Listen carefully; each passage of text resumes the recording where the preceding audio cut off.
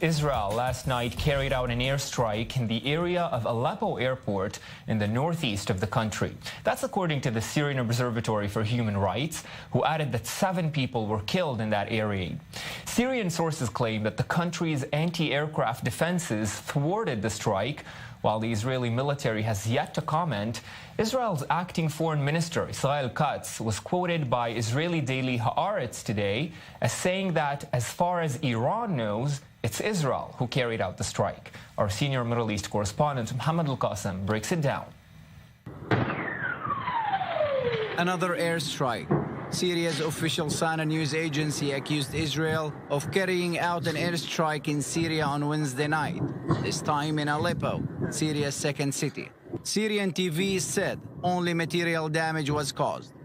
Army air defenses repel an Israeli aggression that targeted a number of industrial sites in Sheikh Najjar industrial zone, northeast of Aleppo, and downed a number of the hostile missiles. The British-based Syrian Observatory for Human Rights War Monitor said the Israeli bombardment killed 7 people and hit ammunition stores belonging to Iranian forces and allied groups and caused huge explosions.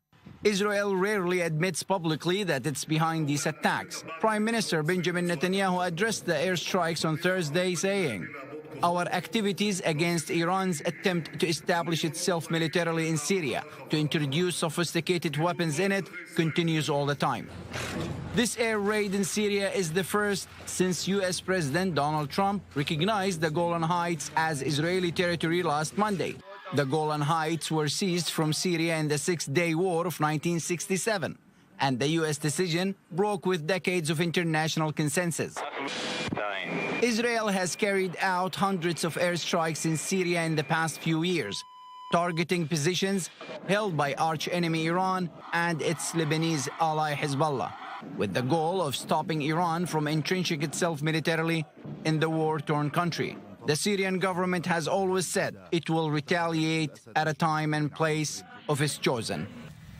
And Mohammed Al-Qasim is still with me in studio to discuss this story further. And Mohammed, of course, one of the reasons why this is alarming is the location, not exactly the traditional quote-unquote site to strike by Israel, but that's not why this is an important and significant airstrike, if it was indeed done by Israel. That's not the only reason. Well, a couple of reasons why it's significant in terms of the location. First of all, we're talking about the northeast part of Syria, where we have 2 other militaries involved there. We have the Turkish military as well as the Russian military that are joining together also in joint patrols of that area based on agreements. In the past, we've seen Israel carry out attacks in Deir ez-Zor, in the eastern part of Syria, near Damascus, in the southern part of Syria.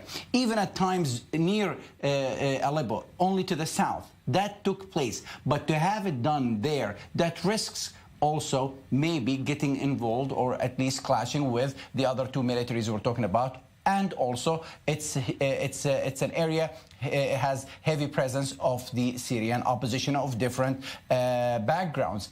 Also, that tells us that probably Israel now has more access to Syria or in Syria, that it has a green light not only from the Russians but also from the U.S., just on the heels of President Trump giving Israel officially from the U.S. Sovereignty over the Golan Heights, even upping the tension in the area. But now it seems that Israel, if Israel was behind this airstrike, is basically conducting airstrikes as it wishes, targeting Iranian warehouses, military warehouses, Iranian bases, Iranian foot soldiers inside Syria.